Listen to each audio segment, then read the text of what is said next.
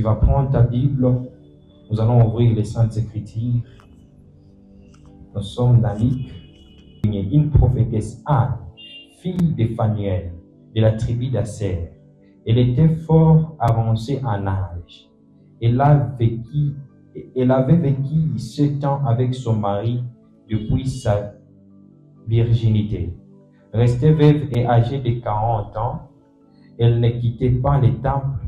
Elle servait Dieu nuit et jour dans les jeûnes et dans la prière. Souligné, elle servait Dieu nuit et jour dans les jeûnes et dans la prière. Nous allons prendre une autre portion d'écriture. Romains, nous sommes toujours dans le Nouveau Testament, puis on va rentrer dans l'Ancien Testament. Romains chapitre 12, le verset 1er. Romains 12, le chapitre 12, le verset 1er. Nous connaissons ces textes par cœur. Je vous exhorte donc, frères, par les compassions de Dieu, à offrir vos corps comme un sacrifice vivant, saint, agréable à Dieu, ce qui sera de votre part un culte raisonnable. Soulignez, un sacrifice vivant, saint, agréable à Dieu, ce qui sera de votre part un culte raisonnable. Prenons Lévitique. J'aimerais prendre tous les textes en fait que nous puissions partir une bonne fois pour toutes, vu qu'il n'y a pas assez de temps. Prenons Lévitique.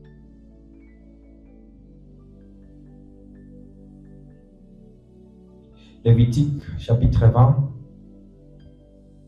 Nous allons lire les versets 26. Je vais lire à la version Louis II. La Bible déclare et dit ceci. Vous serez saints pour moi, car je suis saint. Moi, l'Éternel, je vous ai séparés du peuple, souligné séparés des peuples, afin que vous soyez à moi.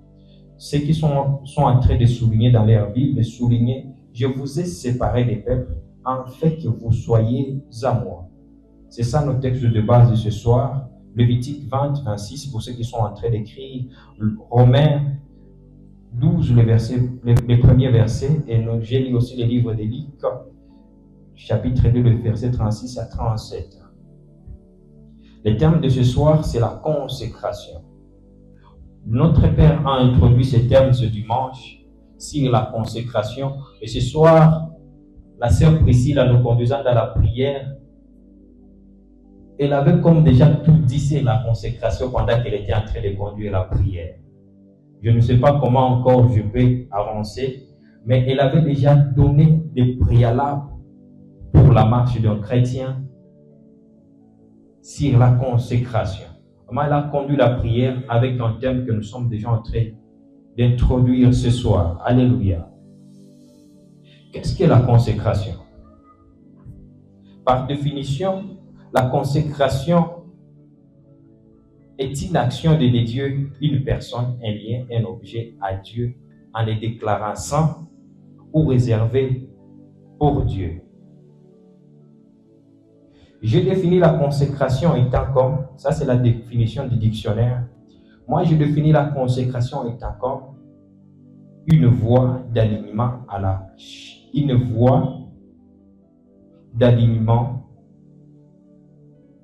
ou un temps de maîtriser sa chair. Alléluia. C'est aligné à la volonté de Dieu et maîtriser sa chair et affermir son esprit. Ce soir, je n'aimerais pas être très long. En lisant la Bible, je voulais savoir depuis quand la consécration a commencé dans la Bible. Je me suis rendu compte que la Bible, c'est un livre des hommes et des femmes consacrés. Des hommes qui se sont mis à part en fait de servir une cause, en fait qu'ils puissent être des précurseurs d'une génération à faire des choses avec Dieu. En regardant la Bible, j'ai vu que la plupart des gens, dès l'Ancien Testament jusqu'au Nouveau Testament, tous les résultats de personnes qui ont fait des choses avec Dieu, ce sont des hommes et des femmes qui se sont mis à part pour accomplir des choses avec Dieu.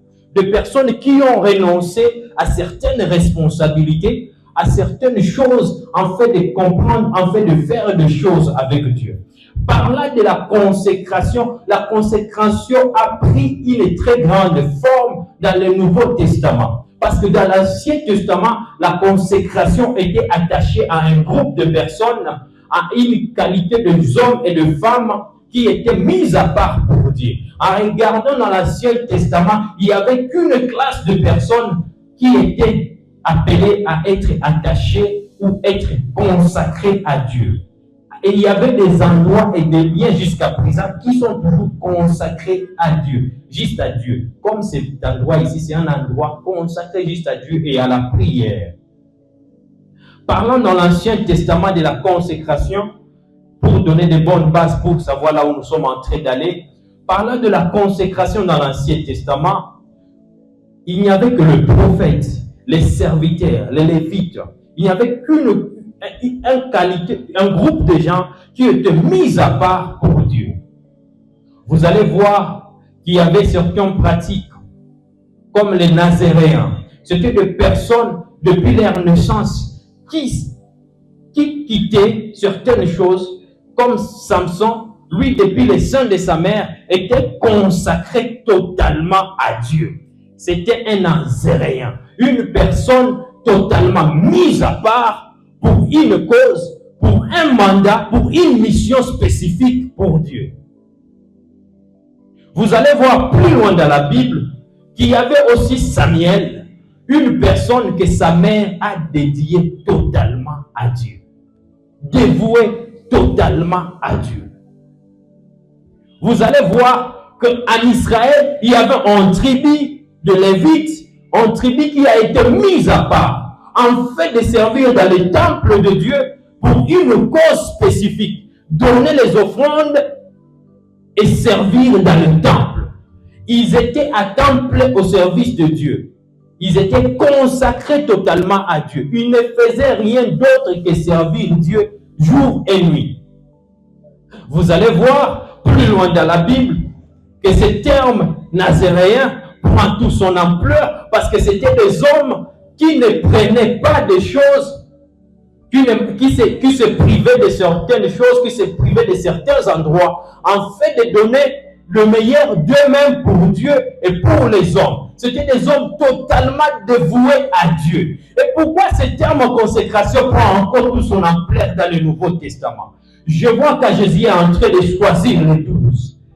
Il les choisit. Il les dit, laisse tout ce que tu fais et suis-moi. Et j'ai vu ces personnes abandonner tout ce qu'ils faisaient en fait de suivre Jésus.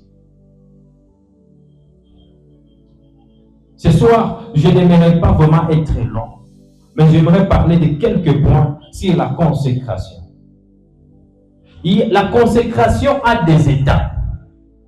On ne peut pas, comme je vous ai expliqué, comme dans l'Ancien Testament, la consécration était réservée à un groupe de gens, mais dans le Nouveau Testament, la consécration a changé, comme a viré à 360 degrés, afin que tout le monde puisse accéder à l'intimité de Dieu, dans les saints des saints de Dieu, parce que la Bible déclare, pendant que Jésus était à la croix, la voile du temple s'est déchirée, en fait que tous ayons pris part au lieu des saints de Dieu. Alléluia. Ce soir, j'aimerais qu'on puisse parler, pour ceux qui sont en train d'écrire, quelles sont les étapes pour dire qu'une personne est consacrée? Et je vais m'atteler à une étape parce que d'autres seront bien sûr développés par d'autres intervenants. Je vais d'abord donner quelques vérités sur la consécration, on va aller là-bas.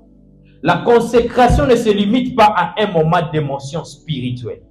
La plupart des gens entre nous pensent qu'être consacré, c'est venir à un temps au temple, prier et puis rentrer chez lui. Et puis la nuit, laisser comme ça faire 2 ou 3 semaines sans toutefois se dévouer à quelque chose de Dieu. Qu'eux, ils se consacrent seulement à une tâche au temple.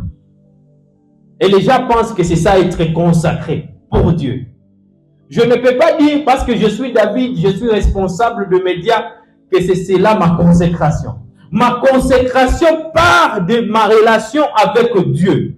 La consécration n'est pas d'abord une relation que tu as envers les services que tu fais pour Dieu. La consécration est d'abord ta relation personnelle avec Dieu. Alléluia.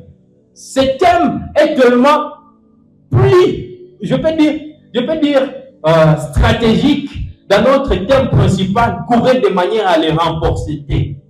Alors, je peux dire que c'est tellement stratégique. C'est ta relation principalement avec Dieu qui part avec ta consécration. Ce que tu nous montres ici, c'est les résultats de ta consécration avec Dieu. J'aimerais partir maintenant. Je crois que tu as compris. Je vais m'arrêter quelque part pour en fait savoir ce qu'on va faire ce soir. Table du Seigneur.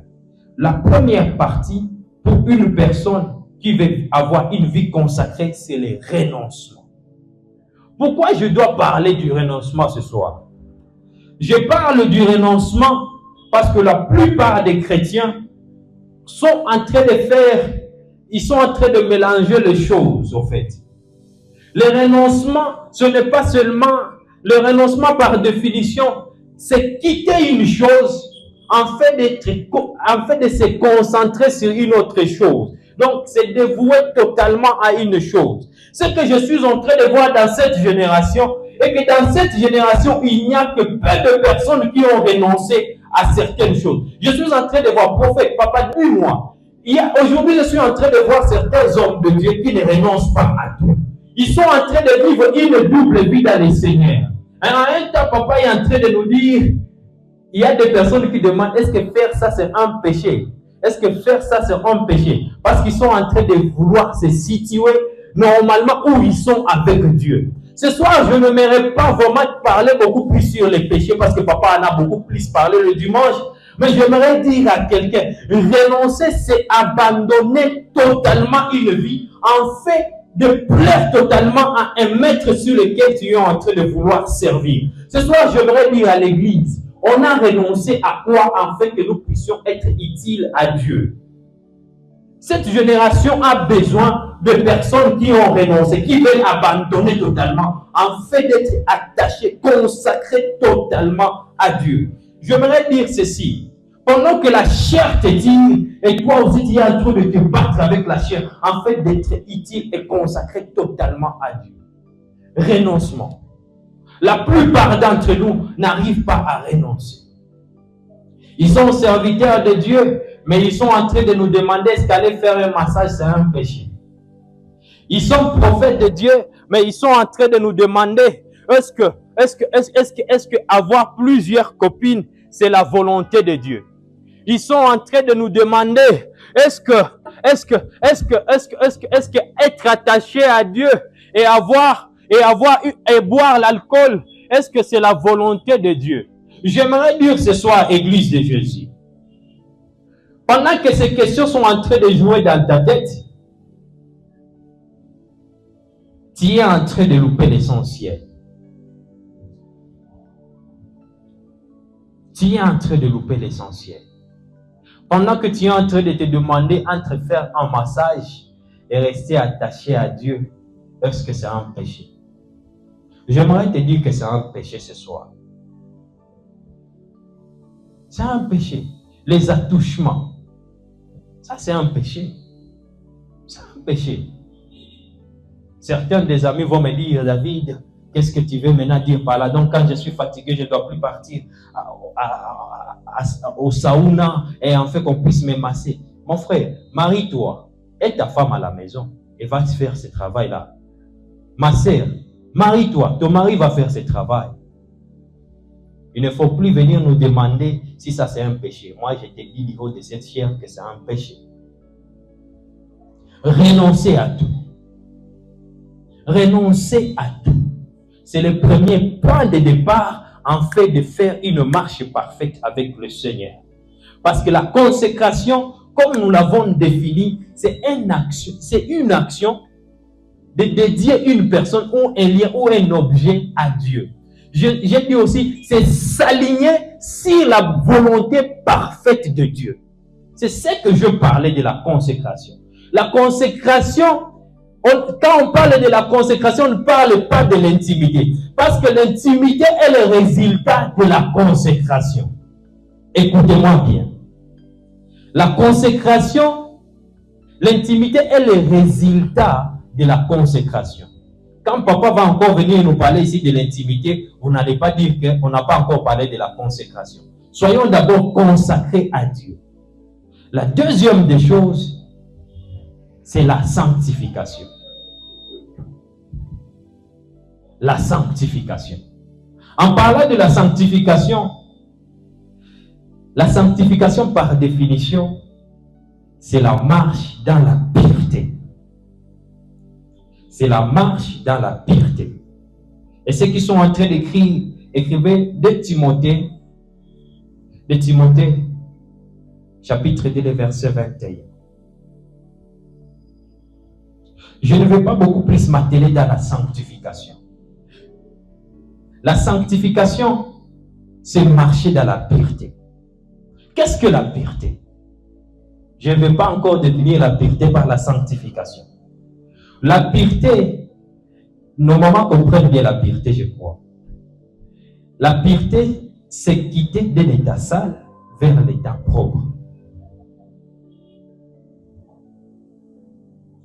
Dieu, en voulant nous mettre à part pour lui, Dieu veut que nous puissions aussi nous sanctifier de temps en temps. La vie de sanctification, certains vont me dire que c'est plus dire, mais la Bible avait déjà placé des chemins en fait qu'une personne puisse être sainte. La Bible dit, comment un jeune pourra-t-il rendre ce chemin droit? Ça, je suis devant une auditoire tellement jeune. Comment un jeune pourra-t-il rendre ce chemin droit? Ça, c'est le psaume qui est en train de le dire. Papa a une réponse. La Bible déclare ceci. Garde ton cœur plus que tout ce que tu gardes, car c'est en elle que jaillit des sources de vie. Quel est l'état de ton cœur? Dis-moi l'état de ton cœur et je te dirai qui tu es. Si tu es en train de marcher avec Dieu, dis-moi l'état de ton cœur. Un jour, pendant qu'on était à l'église, notre pasteur nous disait qu'il y avait une femme qui était tellement attachée à Dieu, de la sorte que quand cette femme, elle venait dans la présence de Dieu, elle pouvait voir une personne et commencer à pleurer. Elle pouvait dire, tu es en train d'attrister mon ami le Saint-Esprit. Cette femme avait une vie d'attachement avec le Saint-Esprit, à tel point quand elle parlait, quand elle voyait une personne même entrer à l'église, elle voyait déjà l'état du cœur de la personne. Parce que le Saint-Esprit était déjà ancré en lui. Il vivait, c'est comme si le Saint-Esprit, laisse-moi descendre un peu pour le dire, il était comme possédé par le Saint-Esprit. Parce que être le terme possédé, c'est pour des esprits impies. Il était déjà comme rempli. C'est ça notre terme. Être tellement rempli du Saint-Esprit à tel point qu'elle pouvait ressentir ce que le Saint-Esprit ressentait en lui. Quand elle entrait, sa communion avec Dieu était tellement pure à tel point que quand elle parlait, quand elle voyait même une sœur venir avec le mini-jupe, elle commençait à pleurer à l'église. Tu es en train d'attrister mon ami le Saint-Esprit. Elle commençait à pleurer comme un enfant. Une vieille dame. En un temps, tu pouvais venir avec tes péchés là dehors, comme une sœur me dit un jour, venir chez vous à la génération Joël Gomaville, et je quitte un resto, je crois que j'ai péché, je ne peux pas venir là chez vous, parce que je sais que vous allez me dire que j'ai péché. Une sœur m'a donné ce témoignage un jour, ici. Elle m'a dit, kama mtu alikuwa mwambia kesi kia kule mwenye juu ni kule kwenye mnaonaka na sasa mnaanza ona c'est tout un problème, mna risqué kupana maisha ya mtu kule kwenye, vraiment c'est difficile. Je lui dis viens tel que tu es. Le problème c'est quoi? Avec la vie de sanctification, la plupart des gens ne veulent plus beaucoup plus s'accrocher à ça parce qu'ils se disent qu'en m'accrochant plus à Dieu, je vais offenser un groupe de gens. Le problème, tu regardes encore les autres. Tu regardes encore les autres dans ta marche chrétienne. C'est pourquoi tu n'es pas en train de faire des choses avec Dieu. Les résultats de la consécration, nous les voyons. Ce sont des résultats palpables. La consécration a des résultats palpables. Et n'est pas seulement un terme ou un dicton qu'on doit dire, comme on dit souvent, c'est comme des déclarations vaines, mais la déclaration, nous voyons chaque jour les résultats de ta consécration avec Dieu. Chaque jour, nous les voyons.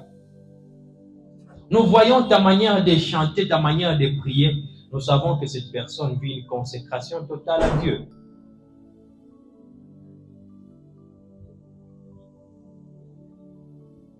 La troisième des choses, la première des choses, j'ai parlé du renoncement. La deuxième des choses, je parlais de la sanctification. La troisième des choses, je parle d'une vie de discipline spirituelle. Une vie de discipline spirituelle. C'est là où je vais beaucoup plus rester.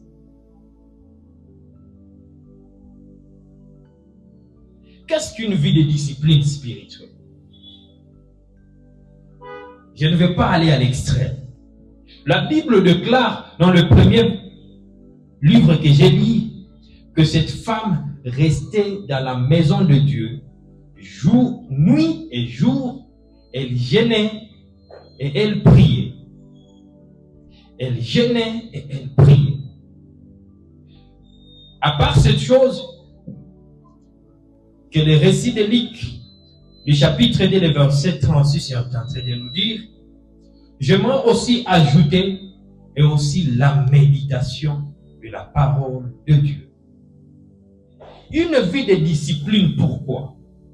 J'aimerais dire que une vie de discipline, parce que la discipline est le terrain sur lequel la consécration prend ses racines. Tu peux renoncer, mais si tu n'as pas de discipline, c'est là où la Bible parle de rétrograde. Tu rétrogrades pourquoi? Parce que tu n'as pas de discipline. Tu ne vis pas pleinement la sanctification. Pourquoi? Parce que tu n'as pas de discipline. Tu ne vis pas pleinement tes dons. Pourquoi? Parce que tu n'as pas de discipline. J'allais dire indiscipliné, mais excusez-moi. Tu n'as pas de discipline. Tu chantes, mais tu n'as pas de discipline. Tu pries, mais tu n'as pas de discipline. Tu peux finir à prier et commencer à parler du mal des gens. Tu peux finir à prier et commencer à méditer les mal des hommes. La discipline est le terrain sur lequel la consécration prend toute sa forme, prend ses racines jusqu'à ce qu'elle donne des fruits. J'aimerais dire à quelqu'un, puisque tu n'as pas de discipline, c'est parce que tu as encore des réussites. Tu t'es dit, plus jamais moi l'impudicité, plus jamais moi la masturbation, plus jamais moi les vols, plus jamais moi la médisance, plus jamais moi telle chose, plus jamais moi telle chose. Je vais être totalement attaché à Dieu. Je vais être totalement dévoué à Dieu. Mais tu vis encore des vies comme ça bizarres. Aujourd'hui tu as prié, demain tu n'as pas prié parce que tu te reproches telle chose. Tu n'as pas de discipline. Tu vis une vie sans discipline. La Bible dit, un peuple sans discipline, un peuple sans loi est un peuple sans discipline. Ce n'est pas la Bible, c'est un dicton. Ça, ce n'est pas la Bible. Regardez. Tu n'as pas de limite dans ce que tu fais parce que tu n'as pas de discipline. Ta vie avec Dieu, c'est une vie qui vacille. Une vie qui vacille. Parce que tu t'es décidé de ne pas avoir une discipline. En parlant de la consécration, j'aimerais aussi souligner, être consacré, c'est se donner totalement à quelque chose qu'on fait. Pourquoi le monde chrétien n'est pas en train d'évoluer? Parce qu'il y a peu de consacrés dans leur domaine. Peu de consacrés dans leur domaine. Je peux demander ici au chantre, qui a fait des exercices beaucoup le matin? Qui a fait? Qui a fait? Personne. Je peux demander à un prédicateur, qui sait prêcher lui-même le matin avant de se lever? Personne. Comment veut-il réussir dans un domaine? et tu ne te donnes pas totalement à ces domaines?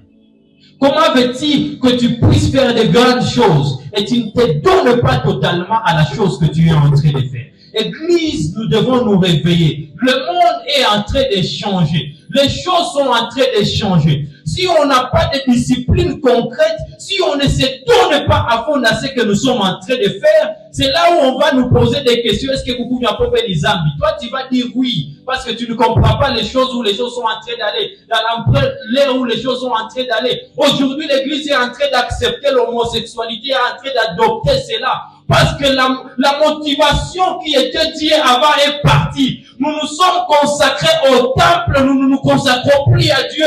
Nous nous consacrons à ce que nous pouvons faire. Nous nous consacrons aux activités, mais pas à Dieu. Nous avons rendu Dieu comme étant seulement un père, mais pas comme un ami que nous devons vivre avec lui pleinement. Comme tu as peur de ton père, c'est comme ça que tu as aussi peur de Dieu. Parce que tu sais que Dieu peut te réprimander. Mais il est en train de t'appeler, mon ami, viens, je vais avoir du temps avec toi. Depuis la dernière fois que tu as pleuré dans la présence de Dieu dans ta chambre, c'était quand? La dernière fois que tu as prié, tu es assis dans ta chambre, tu as dit à Dieu, prends une chaise, je prends une chaise ici, on parle. C'était quand la dernière fois? C'était quand la dernière fois que tu as résolu, je pars en retraite, pas pour mes besoins personnels, mais je pars en retraite parce que j'ai besoin de passer du temps avec Dieu. Quelle est la dernière fois que tu as fermé la porte de ta chambre, tu t'es dit aujourd'hui je ne sors pas, je vais seulement rester ici avec Dieu? Quelle est la dernière fois que tu as ouvert ta Bible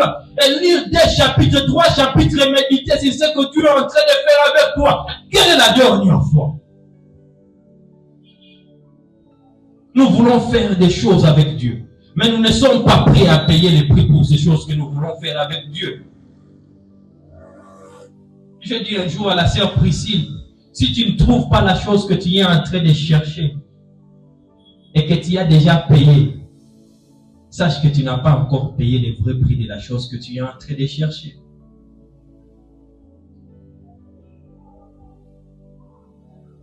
Église, nous ne sommes pas en train de vivre ces versets là-bas parce que nous n'avons pas encore payé le prix de ceux qui ont vécu ces versets là-bas. La Bible déclare qu'ils étaient plus nombreux dans la chambre haute.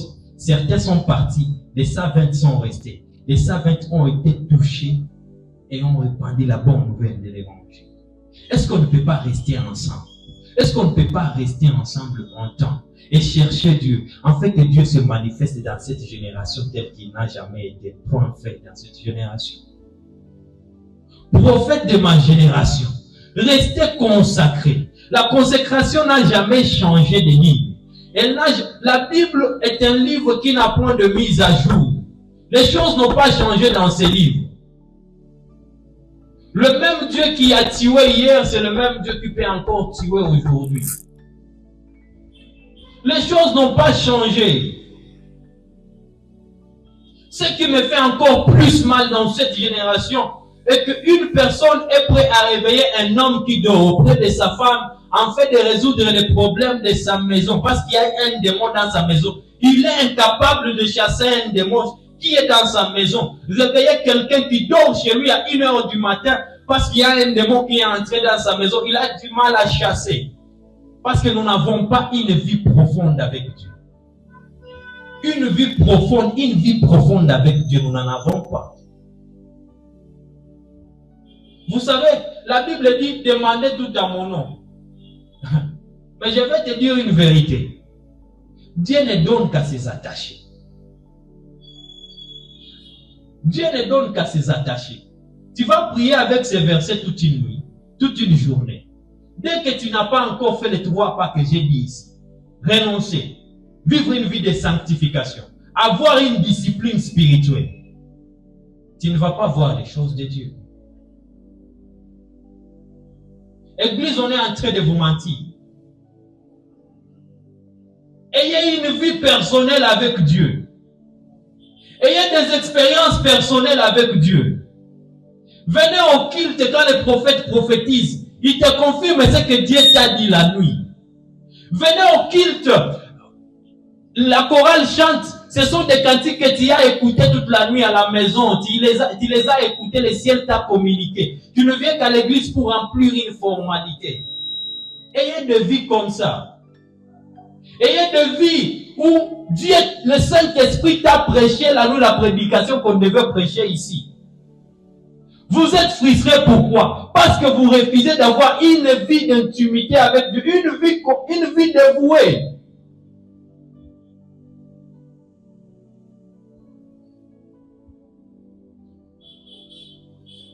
J'aimerais le dire. Tu vois, toi qui cherches un mari. On a un master baine, on a pima huyu, on a pima huyu, on a pima huyu, on a pima huyu. Et te dit que tu ne vas pas avoir un mariage. Dis-moi de cette chose. Tu ne vas pas avoir un mariage comme ça. Consacre-toi à un seul homme. Prie. Biganana. Tu verras ton mariage, non? Si ça ne marche pas, ça ne marche pas. Mais pas avec plusieurs. Jusqu'à quand continuerez-vous à clocher entre maman et papa les dieux et à starter? Arrêtez ces histoires à l'église. La vie, c'est pourquoi vous partez dans des retraites. Dans des retraites, nous sommes en pleine retraite. Toi, tu t'es préparé pour la retraite, venir prier chez toi, vous en m'appelez pour mon retraite. C'est quoi le problème? Vous avez des doubles vies. Vous ne vous dévouez pas totalement à Dieu. Vous ne suivez que le mouvement du vent.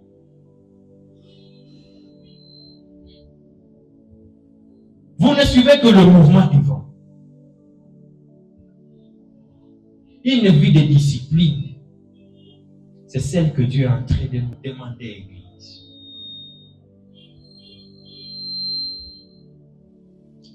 Nous vivons une époque où les gens ont les habits de dimanche et les habits de la semaine. Nous vivons une époque où les gens ont les habits de la présence de Dieu et les habits de la semaine. Église, ma sœur, si tu sais que venir dans la présence de Dieu, il faut t'habiller décemment. Pourquoi pas ne pas t'habiller aussi décemment? Quand tu sors. Il y a des sœurs qui ont du mal à me saluer quand ils me voient en haut de route, papa, parce qu'elles savent qu'elle n'est pas digne de me saluer. Mes sœurs d'ici à l'église, elle a du mal à me dire bonjour parce qu'en ailleurs, c'est trop différent. Et moi aussi, je ne te dis pas bonjour parce que je sais que au chaque comprendre. Tu as du mal à me regarder parce que tu sais cet habillement-ci. Et dans ta relation avec Dieu, si tu peux venir nous flatter, nous, avec ces habillements qui touchent ici, pourquoi aussi ne pas toucher les cœurs, que ton cœur aussi touche les cœurs de Dieu? On nous a parlé du cœur, on nous a parlé des émotions et tout ça. Pourquoi vous voulez avoir une vie émotionnelle au lieu d'avoir une relation particulière avec Dieu? Ministère Génération Joël, nous voulons aller très loin. Ayons une vie de discipline. À un certain moment, quand je dis que la prière commence à 15h juste, les gens me disent, pourquoi toi tu commences la prière, c'est la 15h juste, pourquoi pas attendre 10 ou 5 personnes? Papa nous a donné l'exemple concret ici. Il a dit qu'un jour il a fait un rêve et que dans ce rêve, il a vu qu'il était en train de jouer la guitare et que les anges l'accompagnaient. Moi, je ne veux pas que les anges commencent les cultes avant moi. Je vais commencer avec les anges. Je vais vivre des choses avec Dieu. Je vais faire des choses avec Dieu. Je commence à son temps. Si je dis à Dieu, c'est à 5h30, c'est à 5h30, je suis déjà là à jeûne. On n'est pas en train de vivre les résultats parce qu'on n'arrive plus à savoir qu'est-ce que est sacré et qu'est-ce qui n'est pas sacré. Nous prenons tout à la légère. Surtout les gens de Goma, tout à la légère. Si tu vois une personne prophétiser, tu crois que tu peux aussi prophétiser demain comme lui. Tu peux faire comme lui. Tout à la légère. Et c'est ça le plus grand problème. Même les vases d'honneur, nous voulons les jeter dehors. Nous mettons même les vases d'honneur dehors. Une génération qui ne respecte pas les gloires. Une génération qui ne respecte pas les gloires. c'est une génération qui regarde à côté. C'est une génération qui n'est pas prête à prendre part aux choses de Dieu.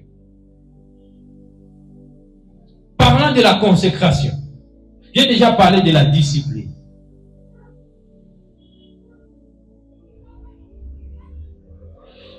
En parlant du renoncement, excusez-moi, c'est quelque chose que je dois vraiment dire. En parlant du renoncement, le renoncement c'est fait chaque jour. C'est un travail de chaque jour. Alléluia. C'est un travail de tous les jours. La discipline existe, mais le renoncement, elle reste un travail de tous les jours. En fait de s'aligner au choix et à la volonté de Dieu. C'est ça le rôle du renoncement.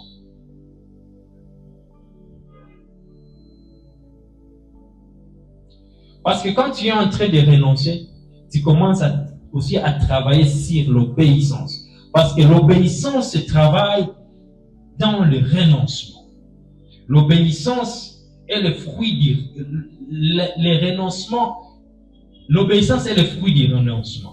Donc, quand tu as planté, quand tu as déjà travaillé, tu as déjà renoncé à quelque chose, tu commences à obéir la loi et les normes. Tu ne tueras pas, tu ne voleras pas. Ça devient ton style de vie parce que tu as déjà renoncé.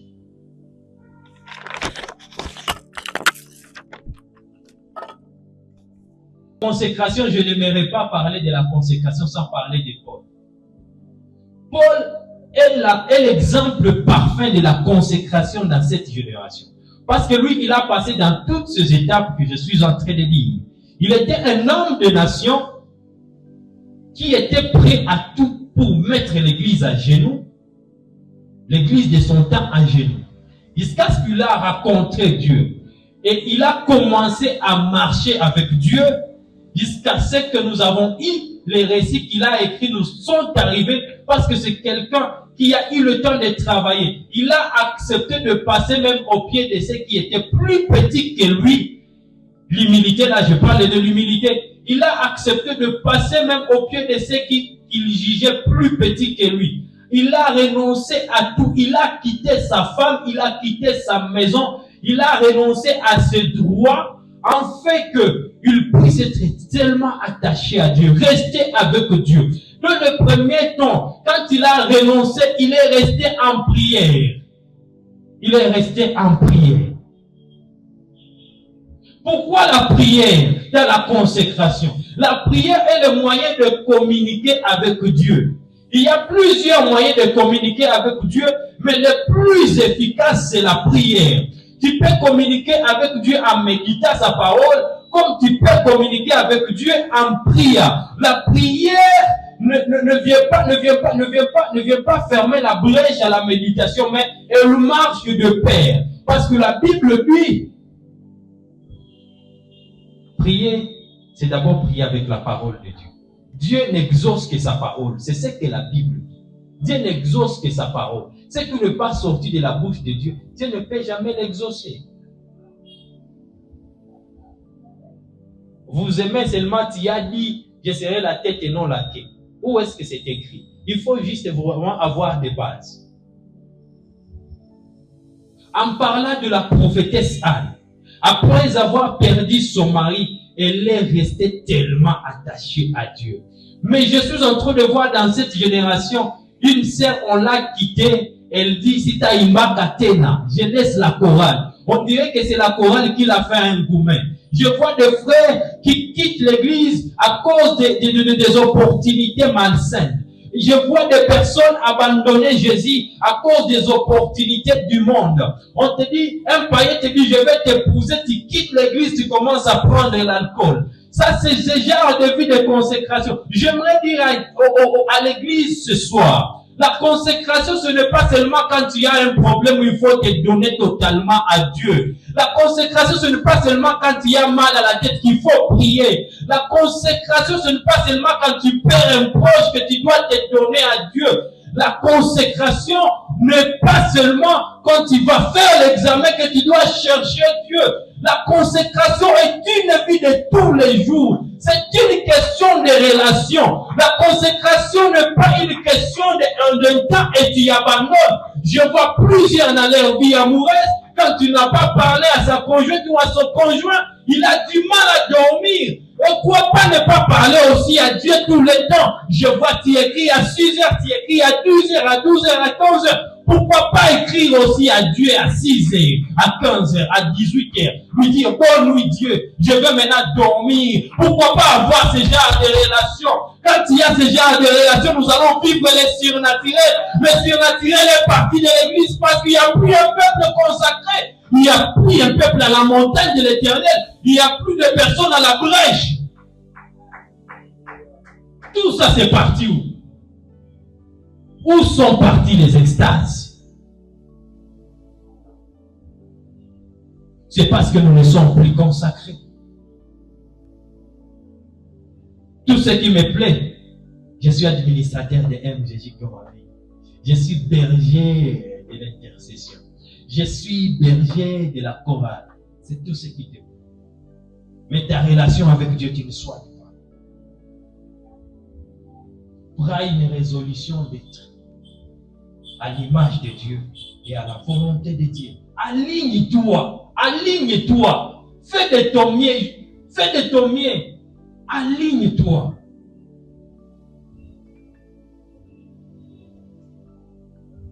Ce soir, c'est comme une prière que je suis en train de faire. Du haut des cieux. Si je peux parler à des amis pendant des heures, que Dieu me donne aussi ce temps de me parler aussi pendant des heures.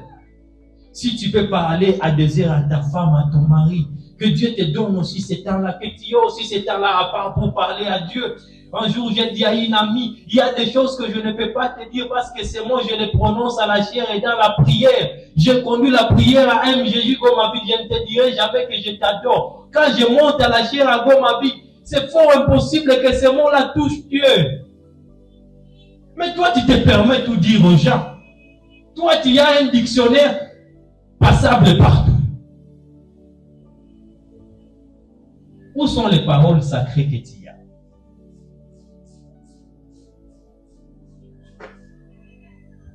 Où est la place du sacré dans ta vie? Parce que tu aimerais tout écouter, tout dire, tu n'as plus de sacré. Quand tu conduis l'adoration ici, tu as adoré un mec le soir. Tu as adoré une femme le soir. Tu conduis la prière, Seigneur, je n'ai que toi. Tu as dit à une femme hier, je n'ai que toi. Où est le sacré? Où est le sacré? Où est la place du sacré?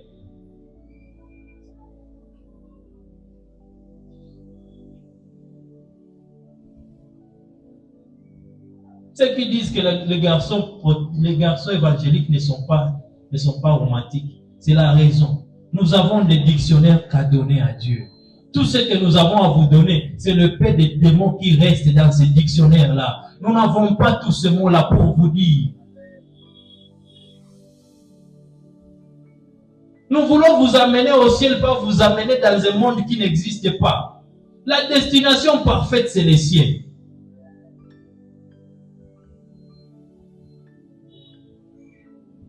On va accepter tout quoi va yuma, tout quoi c'est va fiancé, mais on ne dira pas tout. Jusqu'à ce que la personne qui va accepter qu'elle n'écoutera pas tout sera là. On va s'engager avec des personnes qui n'écouteront pas tout, mais qui nous laisseront aussi des choses à dire à Dieu.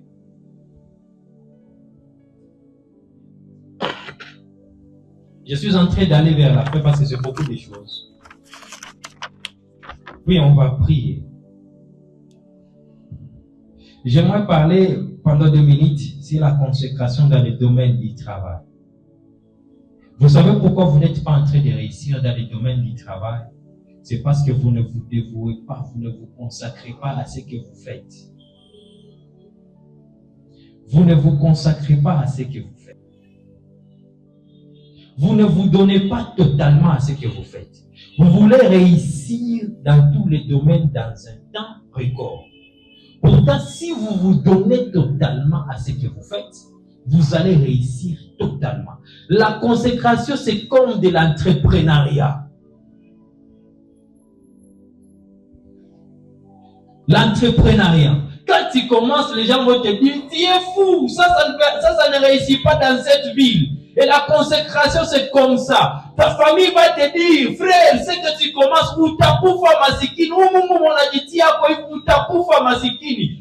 Et pour toi, c'est toi qui gardes la famille. Et quand il y a un malade dans la famille, tu viens, tu imposes la main, les gars, ce frère, Seigneur, il a réussi, la personne est guérie. Tu as le respect. Mais quand tu as commencé à chercher Dieu, ils t'ont découragé, ils t'ont dit, toi, tu es devenu paresseux. En un temps, moi et mon ami Victor, les gens nous disaient, moi, Moucha va paresseux. Mahombitou. Et un temps, on se mettait dehors, on voulait pleurer. Parce que les gens voulaient qu'on puisse abandonner la prière. Et se consacrer tellement à des choses futiles. Mais pendant qu'on se consacrait à la prière, je n'ai jamais vu un temps. Ça fait presque 2 ans que je ne travaille pas. Je ne manque pas de transport, je ne manque pas de chaussures. Je vis chez moi à la maison, pas chez mon père. Je mange tous les jours. Je n'ai pas un travail. Dis-moi comment je mange. Ça fait 2 ans. On m'aurait enterré. Mais je me suis donné totalement à ce Dieu. Même à un temps, mon père spirituel a dit, jusqu'à ce que Dieu a rencontré même mes amis dans les rêves pour leur dire que c'est bien lui qui a causé ça. Dévoue-toi totalement à Dieu. Donne-toi totalement à Dieu. Ce mariage que tu es en train de chercher a une clé, la consécration. Donne-toi totalement à Dieu. Ne regarde pas avec tes yeux physiques. Ce que tes yeux physiques sont en train de te montrer, c'est ton âge, c'est la peur, c'est la panique. Quand tu es même en train d'amener une bonne personne dans ta vie, tu n'es pas en train de voir parce que tu n'as plus Dieu à tes côtés pour t'ouvrir les yeux en feu de voir.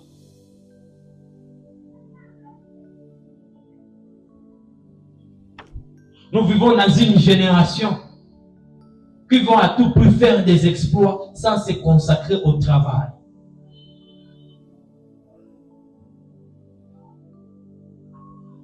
J'aimerais aussi dire cette vérité. La consécration est semblable à l'investissement. Comme nous disons que la prière est un investissement, la consécration aussi est un investissement. Quand tu places un investissement, les gens peuvent penser que tu as perdu ton temps, tu as perdu tout ton temps, tu as perdu tout ce que tu es en train de faire. Mais j'aimerais dire à quelqu'un, va dire aux gens qui sont en train de te dire que prier c'est perdre du temps, va leur dire d'arrêter de perdre leur temps, de te dire de ne pas prier. Dis à eux d'arrêter de perdre leur temps. Toi tu perds ton temps ici et ils perdent leur temps là-bas. Dis à eux d'arrêter de te dire que tu es en train de perdre le temps. C'est de l'investissement. L'investissement. Aujourd'hui, tu peux gagner dans un domaine inconnu. Se consacrer à Dieu, c'est comme se consacrer à un domaine inconnu déjà. Parce que tout le monde voudra toujours t'attirer au ciel des coulis. Ne va pas là-bas. Mais que quand tu y vas, tu vois des résultats escomptés. Tu vois des résultats que le monde n'a jamais fait. Les gens comme Heidi Nabala, ce sont des personnes qui se sont mises à part. Je ne suis pas né au temps d'Heidi Nabala, mais je parle d'Heidi Nabala. Je ne suis pas né au temps de Catherine Kuhlman, mais je parle de Catherine Kuhlman. Je ne suis pas né au temps de David qui a écrit les psaumes, mais je parle de lui. Je parle de Josué parce que ce sont des personnes qui étaient dévouées à leur cause, qui se sont dit, nous allons faire traverser Dieu toutes ces générations. Qui est cette personne qui s'est donnée totalement à Dieu, que Dieu l'a abandonné? Quelle est cette famille qui s'est dévouée totalement à Dieu à tel point que Dieu les a abandonnés? Il n'y a pas une personne qui s'est donnée à Dieu, Dieu l'a oublié. Et David est en train de te dire, je n'ai jamais vu un juste abandonné, ni sa progéniture manier du pain. Consacre-toi à Dieu. Il y a des choses que tu n'auras plus à demander parce que tu t'es dévoué totalement à Dieu. Je vais finir par cette vérité.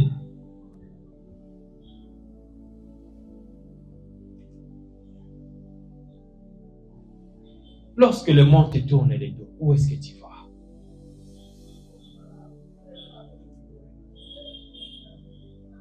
Lorsque la famille te tourne les dos, où est-ce que tu vas?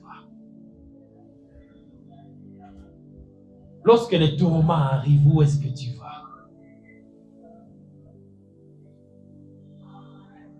Papa peut se rappeler lorsque papa était ici, il nous a dit, Makuta bila Yesu ni bure. Vous vous rappelez? Où est-ce que tu vas? Quand ce gourmet-là est arrivé, où est-ce que tu es allé?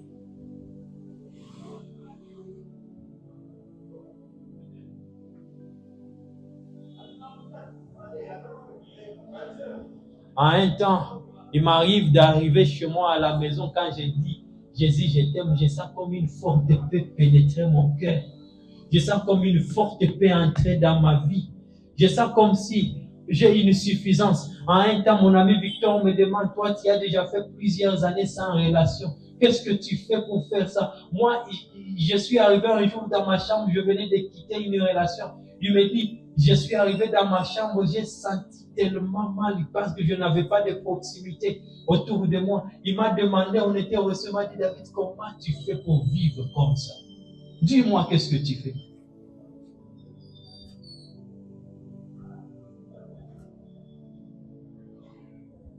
Je lui ai dit seulement, je prie. Quand je quitte la prière de longues heures, j'ai déjà sommeil, je dors.